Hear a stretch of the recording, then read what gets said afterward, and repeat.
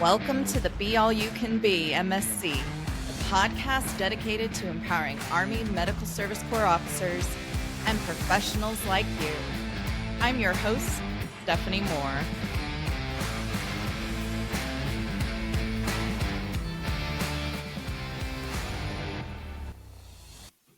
And on today's episode of the Be All You Can Be MSC podcast, this is a special episode for all of you pre-company command captains and lieutenants.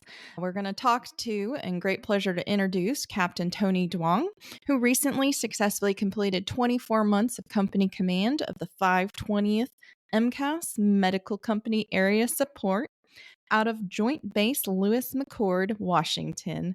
So, Tony, welcome to the podcast. I reached out to you because your battalion commander had nothing but great things to say about you.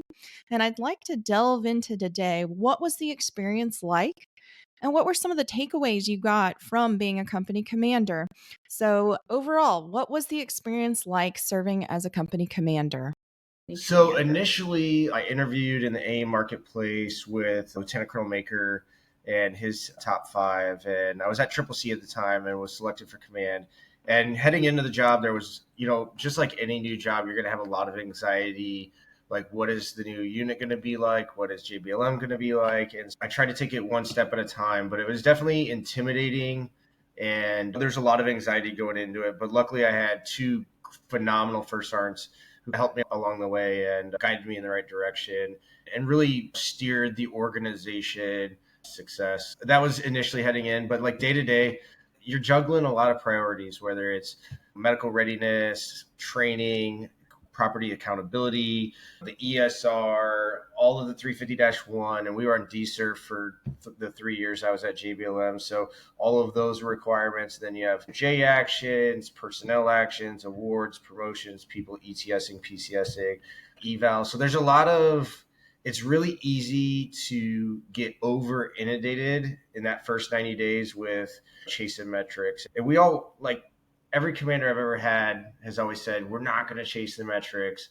But I will say about my two battalion commanders, both Colonel Miller and Colonel Hanley, is they weren't chasing the metrics, and it was about people first. So I was blessed in that regard that, yes, we were held accountable to a standard, but success wasn't measured whether a slide was green, amber, or red. There's that piece. But overall, I would say that by far, in my 21 years of service, it was the most humbling and the most rewarding job that I ever had. I going into it, I knew the not burden, I hate the term burden of command, but the weight and responsibility that you have on your shoulders. But by far, the greatest job I ever had. That's great to hear because I feel very similar about my company command, and I'm not even going to say how long ago that was. Let's talk a little bit more. When you talk about being intimidated coming into company command, was that just based off of the AIM marketplace and the angst going through that? Or do you feel like Captain's Career Course set you up for success transitioning into company command? Like, what was the intimidating So I was lucky in the fact that I went to Log C3, and for any aspiring 70 hotels or 70 kilos, I would highly recommend what used to be Click 3 at Fort Lee as an opportunity, because it really opens your sight aperture to what sustainment operations look like as a warfighting function, especially at EAB. What was intimidating about it? Just knowing that at the end of the day, you were responsible for 75 Muldoons and their families. Just that responsibility I take very personally, because if my son decides to serve in the Army, I would want somebody that took that responsibility to heart. And there was that piece. And then I was going to a new unit. The AIM marketplace thing, there was anxiety going into that, because at the time when I was interviewing, AIM was relatively new, and there were, I think, 25 applicants for that position. And it was like, you don't want to put all your eggs in one basket. Am I going to get this? Am I going to get a 1-to-1? But yeah, going to a new organization right after Triple C and taking command right away, what is the battalion command team going to be like? What's the dynamics of the organization? And I had known a few people there, so I was able to get some insight from them. But I think just getting to a new place and getting in the seat. And then I had a lot of anxiety about my first sergeant Jan Krieg, phenomenal leader coming. He's a SOCO medic, spent most of his time in the special operations community. So there was anxiety like, am I going to live up to his expectations as a commander and be able to go in stride with him? But luckily we hit it off right away. We very like-minded folks, and yeah, it worked out really well for us. No, I appreciate you opening up and sharing that, because I know you prior service, and a lot of folks I think we think we have to have on this facade of, oh yeah, we dove in head first, no worries, no fear, no trepidations. I appreciate you being so open with us regarding feeling a little bit intimidated initially. I think that's more common than we would all Oh like yeah. to admit. Oh yeah. Where you, First Sergeant Craig was super intimidating. He's like a soft medic, and he's super fit, a really fast guy, and he's very eloquent. And so right off the bat, I was like, oh man, this is like, how do I mesh with this? And luckily, at the end of the day, one of my mentors, a BZ selectee for lieutenant colonel, just he puts it the best. As long as you're a good dude, gender neutral, at the end of the day, it's going to work out, right? Like no, rule number one, always be a good dude. And I think a lot of commanders, captains, young captains coming into the seat, they look at command as like it's my command, right? Like I'm going to do all these great things for all the soldiers, and they have like this romantic fantasy that they're riding a horse in battle. And like, I don't understand it, but I always looked at command as it's not 50-50, it's 49-51, right? It's 49% the first sergeant and 51% the commander. And the only reason why it's 51% to the commander is because he or she signed for the property and they signed the risk assessments, right? I always looked at our relationship that way, and it really panned out well for me. No, I appreciate you sharing that. And I do have a question with your first sergeant relationship, and I'm curious, what are your thoughts? Is there NCO versus officer business? Ooh, that's a tough one. I mean, it depends on who you ask. It depends on the situation. I think when it came to personnel actions, whether it be like enlisted moves and NCO moves or things of that nature, I tried my best.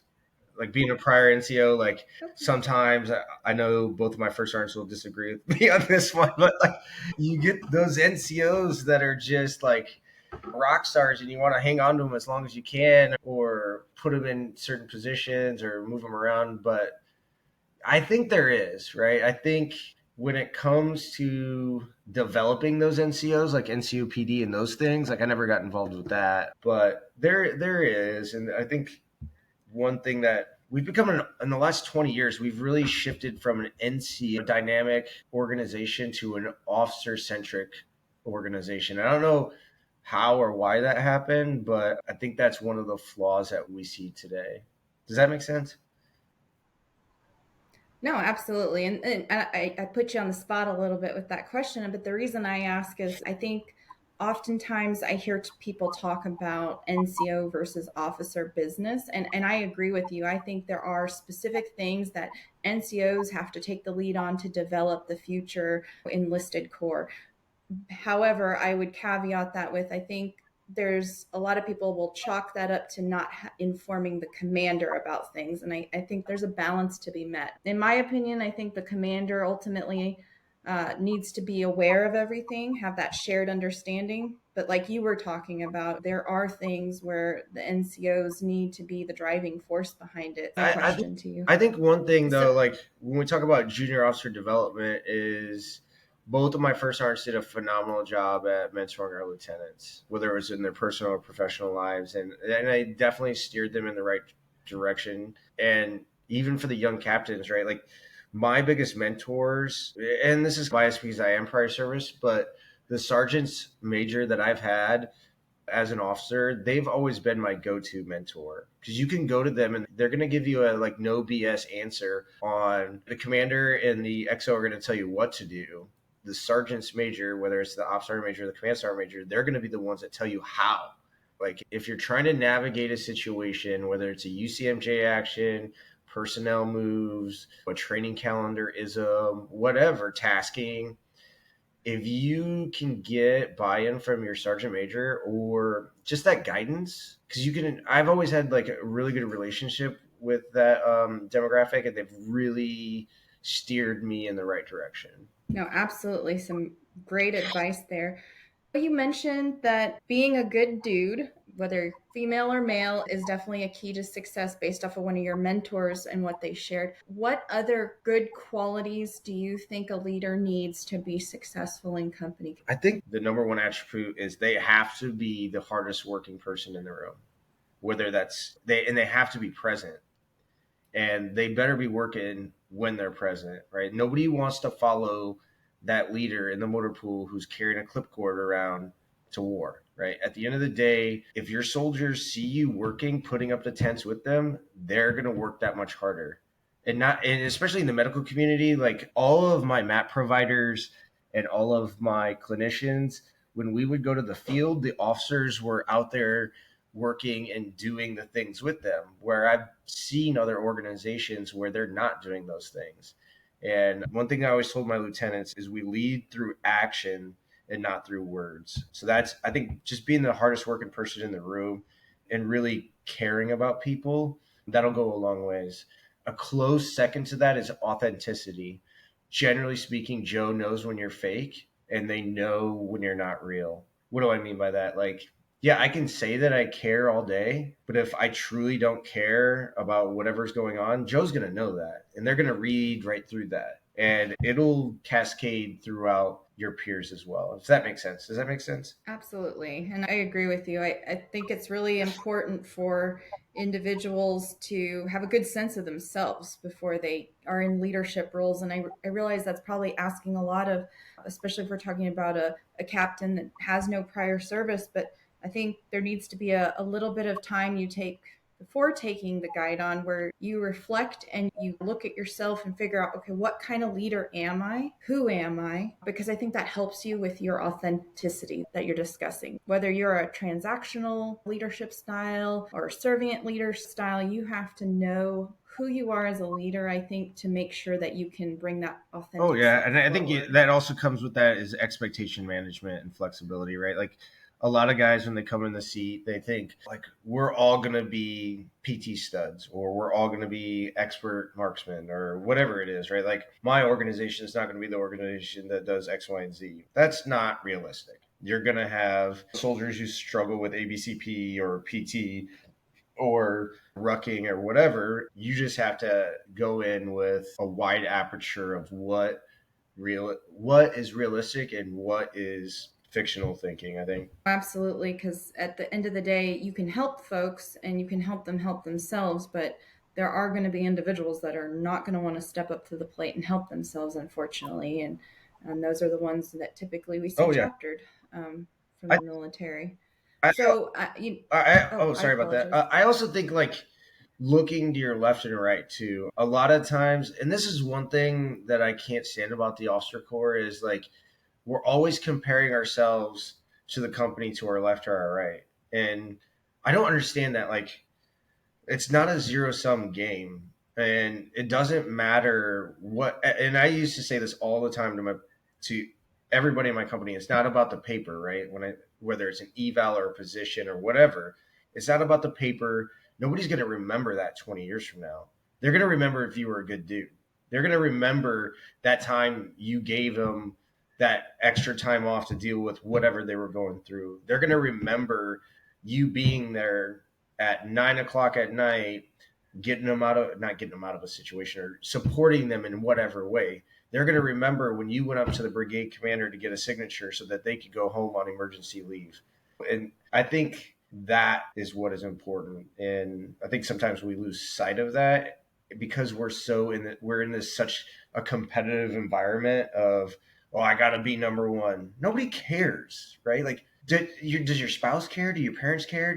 It's a piece of paper, Who cares? That's just my opinion. I think that is a very great point that you bring up, because oftentimes it is, oh, I need to do better than the other company commanders here in this battalion footprint or brigade footprint. But when you bring up things like, I know you said you were on the mission for DCERF, which is the Defense Chemical, Biological, Radiological, Nuclear Response Force, and mission set, and I know that's a mouthful, but I think it's those types of missions when you're training for them, or if heavens forbid that you react to those types of missions, you're not doing it by yourself. There are other company commanders out there with you, and I think that's why you bringing up looking to your left and right, those are our teammates. We should be rooting for each Mm-hmm. other, right?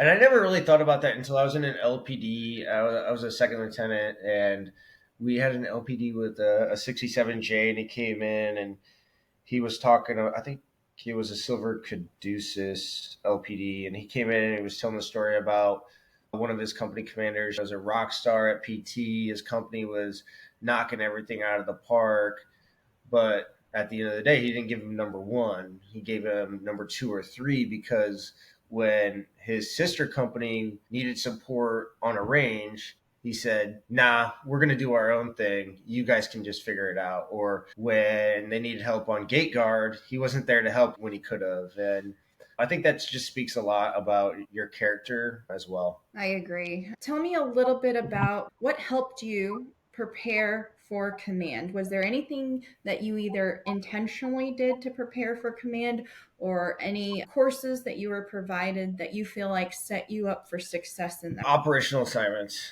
for all of the lieutenants. And I know my lieutenants, if they ever hear this, they're going to cringe, but I used to preach to them daily that they needed to get to a maneuver battalion. I spent my first 2 years in 2nd Cavalry Regiment out of Vilseck, Germany. And the company commanders that I had growing up really shaped and forged me as an officer. One, to own things, to be flexible, and three, to own things. And that kind of put me on the right direction in terms of my leadership style and the way I approach problem sets and overcoming obstacles, adversity, what I used to call the proverbial 3-foot wall, crawling over those things. But I was fortunate enough to go from a brigade combat team to FST, and I spent 3 years on an FST, which is an exorbitant amount of time, and I wouldn't recommend spending that much time in one operational assignment. But what I will say is that position enabled me to understand both logistics, property, because we didn't on an FST or FRSD, they don't have a supply sergeant. So you're learning all those things, and then what your true capabilities are. One thing I think that a lot of medical service corps officers lack is an understanding of what your capabilities truly are and what they bring to the warfighter. Like I remember going through CTC rotations and like, oh, it'll be fine. They're going to get to the roll two and they're going to live, right? Like, no. And so what I mean by Right. What does it take to actually keep that right. patient alive? And a lot of folks, they'll get hung up on like, I'm not mission capable because I have my patient hold set. All my pro packs are down. What does your pro pack do? It takes vitals. A medic can take vitals. A nurse can take vitals, right? Like, or I'm not mission capable for X, Y, and Z problem. I remember sitting in many a QTB saying, I can't do this met because of this and this. Really, what does your equipment actually do? And what is its purpose? And what is that bringing to the warfighter? And how do you get around it, right? Like, if you don't know what your equipment does, then you don't understand what your mission set is, if that makes sense. Absolutely. And I would say in the future fight that we're anticipating, I think that's even more critical, because we won't be in fob based operations. Yeah. So we won't be sitting there saying, I need this. And we've created almost a version of a fixed facility in a Yep. deployed setting. I think, like you're talking about, we need to start focusing on, okay, great, we have this great equipment, technology, and capability. But then if we do not have that capability, what are the analog systems that we're Yep. training so that we can continue to operate and meet our mission set? Yeah, and I think if you've never been, and it goes back to your operational assignments, like if you haven't been on in a line unit, you're not going to understand how roll one works or how to do medevac operations. But that doesn't mean you can't pick up a book. right? Or for example, like I didn't have a dental set when I was an FST on an FST or when I was in an infantry battalion. But by golly, when I did my change in command inventories, I was learning everything that was in that set, what its purpose was, whether we actually needed it or if it was like a super expensive item.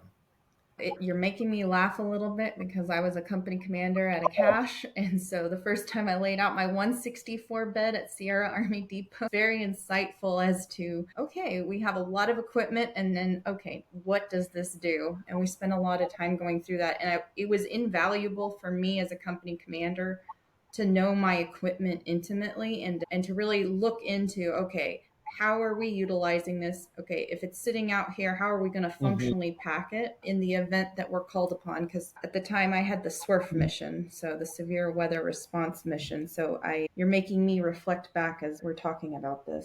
Absolutely critical. And I would say too often we do the hand wave with equipment. We've gone in we don't have an active campaign that we are operationally in.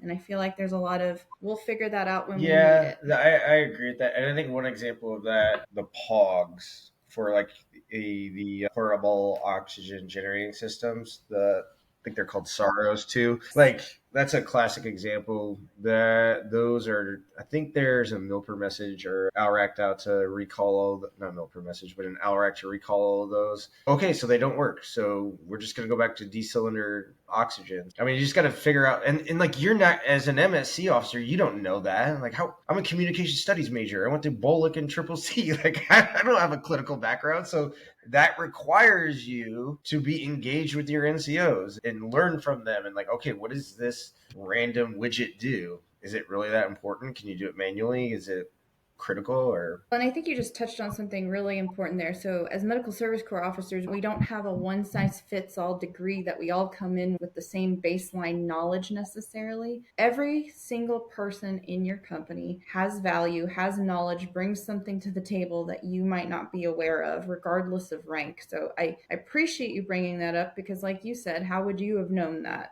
And you were relying on the NCO to oh let you yeah, know. So, like I had a 70 kilo Sergeant Bergstrasser. I got to do a shout out to that guy. He was probably the most intelligent lab tech that I've ever ran into, and he knew all of my ancillary equipment inside and out. Like, and I relied heavily on him to get me through all of that equipment and all the layouts. And is a phenomenal NCO. what do you wish you would have known before taking command? And that can be personal or it can be more professional related. Just something you wish you'd have just, darn it, wish I'd have known this before. Going back to the BZ Select Lieutenant Colonel mentor, he told me. So I was at 12 months in the seat, and he's like, "Hey, you need to rotate out. Like you're a T at this position. You need to move on and grow and develop." And I fought him tooth and nail. I was like, "No, I want to stay at the company. I want to stay at the company. I want to stay at the company." I threw a temper tantrum, and it ended up shaking out where I got to stay another year. But 2 years is too long. 2 years in command is too long, and it's too long on a personal level because you become personally connected to that company, and it's you should always be personally connected, but there's it becomes a point of diminishing returns and for you and the company. And had I known that going back, I would have rotated out at 18 months. And then the second thing was now both of my first sergeants did a phenomenal job at this. Was more often than not, young captains want to treat company command like a sprint. They want to lay on all the training. They want to do all of the things. They want to be team too much and go a million miles an hour. When we wrote before we get to command, usually we're either triple C and we get a chance to take a knee, or coming out of command, you're going to go to a staff job where you don't have any soldiers. But what about the platoon sergeants? What about the squad leaders, right? Like if every commander that they have treats it like a dead sprint, those guys are going to get burnt out. And then we're running into now with recruiting and retention problems and quality of life issues and predictability issues. And so when we talk about unit training management, it's not just a check the block. Like you really got to do a self-assessment in the mirror and look at like, one, is this plan flexible? Two, is it scalable? And three, is it realistic and challenging? And I think I was fortunate enough to learn that early on, that yes, it is our training calendar. And yes, I am the one that signs it in the DTMS for the battalion commander to sign. But at the end of the day, if I don't put flexibility in that training schedule and I'm just piling on things to fill the space to turn the slide green, I'm doing a disservice to myself, the company, and the battalion. Because at the end of the day, if you're on DSurf, something's going to happen. You're going to get put on a PTDO. You're going to get asked to go somewhere. And if you don't build in that flexibility to support the battalion, everybody's going to pay. Yeah, that's a very good point because I think it's human nature, white space on a calendar, and you're like, oh, I need to put something there. And like you said, it is a marathon. And I appreciate the comment on realistic and flexible because at the end of the day, everyone has personal lives, whether they're single, whether they have family or children. They have events that occur in their personal life. And let's face it, we would love to think that our focus 100% of the time is just the Army. And although it is truly a profession of arms, it doesn't mean that 24/7 that's all that's on our mind and all we're spending our time on as well. Balancing, I think, like you said, you have to be hardworking and present, but making sure that when you're hardworking and present, that you're your best self requires you to have that flexible, realistic approach so that you are doing what it takes to allow the best version of not just you, but your soldiers Oh to yeah, show and up. I think there's a saying that sometimes less is more, and I definitely agree with that 100%. Right? Like if you're not having fun in command, like if you don't enjoy going to work every day, you need to go look in the mirror and say, "What am I doing? Where am I messing this up?" Because yes, it's a tough job. Yes, it's emotionally draining. Yes, you have a lot of responsibility, but at the end of the day, right? Like you are the one controlling it for the most, not for the most part, but for a large portion of it. Yes, you have all of the things to get done, but you got to figure out which balls are glass and which ones are rubber and which ones you're going to drop. You're not going to be able to meet all of the metrics 100%. And if that's what your goal is, then you're wrong because that's not what it's about. It's about people, it's about training, it's about getting ready to go to war. And I think one of my favorite sayings is I learned this from Sergeant Major Moe and Colonel Summons, and it's people first isn't giving a soldier a day off because it's their dog's birthday. It's making sure that they come home alive and healthy. And if you're chasing the metrics, you're not doing that. If you all you care about is what is on the slide and what your OER and what your next job is going to be, then you're in the wrong job. You probably should take command of, I don't know, not a company. A very good point. And so I'm curious, I want to delve a little bit deeper because talking about challenges, I know you mentioned that the second year of command was tough emotionally. Can I ask you, was it balancing empathy versus compassion? And when I say that, in my mind, compassion kind of goes beyond empathy. That's involving more like a deep desire to alleviate someone's suffering or distress versus the empathy where you're able to share that person's put yourself in their shoes. So was that the struggle that you were talking about I for think me? it was by 12 months in, you really wouldn't know and truly. I mean, not to say I didn't care about my soldiers in the first year, but I knew them differently the second year than I did the first year. And I had established those relationships. And when you have a strong bond with your subordinates, it becomes, and this is where I caution a lot of folks, is when something bad happens to them, whether they lose a family member or they're going through whatever in life, it just hits different. And I had some soldiers that were struggling with some things, and it weighs on you because it's like, what am I doing everything that I can do to make sure that they're okay? Right? Am I putting them in the best position possible to be successful for both the Army and the organizations, but most importantly, themselves? And I think just balancing those two things, it's tough. And I don't know what the right is. I mean, I've been in the Army 21 years and I still don't know how to balance those two things correctly.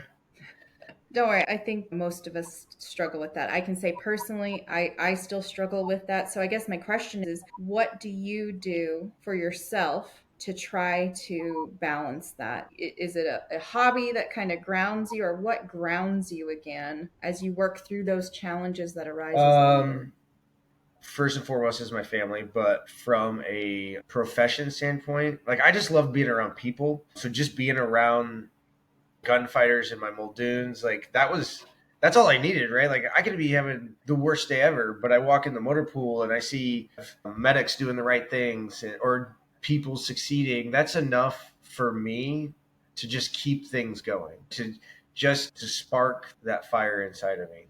That, and I know that sounds super cheesy and super cringy and super cliche, but it's the truth, right? Like just being around them and laughing and having a good time that's what it's all about. Like I've never looked at the Army as work. It's always been something that I love and I'm passionate about. And it's because of the relationships that I've developed over the last 21 years. No, I appreciate you sharing that, and don't worry, we don't do cheesy around here. So you are safe in this environment. All right, so before we wrap up, first of all, I want to thank you because I think you offered some exceptional advice here, and it's very refreshing to talk about command because at the end of the day, command is not easy because, like you said, it is about people. And you do give a lot of yourself to be successful in command. I did 26 months of command, so I know what you mean about the second year of command. So I have two more questions for you. What is the best career advice you've either ever received or given? All right. The best. So I got two for those. The first one is give a shit because people are going to notice and they're going to want to follow you. And then the second one was don't ruin a relationship, whether it's your first sergeant, platoon sergeant, your higher headquarters, whoever, over a disagreement. Because the Army Medical Department is extremely small and you're going to run into those people down the road and you're going to need them at some point. Have thick skin, learn how to agree to disagree, whatever it is, but just don't ruin those relationships over a disagreement. I completely agree with you. I can vouch for that. I think 13 degrees of Kevin Bacon happens to me on a monthly basis now at this point in Oh, my yeah. career. Another piece of advice too that I Uh, had, the last one is don't be a brown noser, right? Don't be that guy that or a gal that like whenever the battalion commander or sergeant major or whoever it is around, you turn into this different person. Your subordinates are going to see that and your leaders are going to see that. And you don't want to be that person, right? Like it just doesn't look good and you look dumb. All right. The last question for you. Share a fun fact about yourself. And if you don't have one, tell us It took free. me 3 times to get my EFMB. Do you have your EF? I do not. But you've tried to get it though. Every Yeah. officer in the AMED should at least try once to get it. That's my opinion. All right. So is there more to the story than you had to try three No, times? there's a Kevlar missing somewhere in Grafenwehr because of land nav. Oh, okay. I was expecting an epic story other than you tried three times. I figured you were going to tell us some dramatic story about when you actually got the. Yeah, so that's actually a pretty funny story because I like was doing beer math in my head when I was getting my goes and no goes in the tent, and I started screaming and like shouting for joy, and I got locked up pretty quick for that, but it was worth it. All right. So there was a little fun story in there. Tony, thank you very much for joining us today. I appreciate you sharing your advice and your experience having successfully completed company command. You are currently in long-term health education. So I wish you the best. I hope it goes well and I look forward to seeing the next great things that you are working on in your career. So thank you again for Thanks for us. having me. Thank you for joining us. Don't miss the next episode of the Be All You Can Be MSC podcast. Subscribe now and join our vibrant community of ambitious professionals who are taking their careers to the next level. The opinions shared on this podcast are the personal opinions of the guests and the hosts. They do not reflect the official position of the Medical Service Corps, the Department of Defense, or the U.S. government.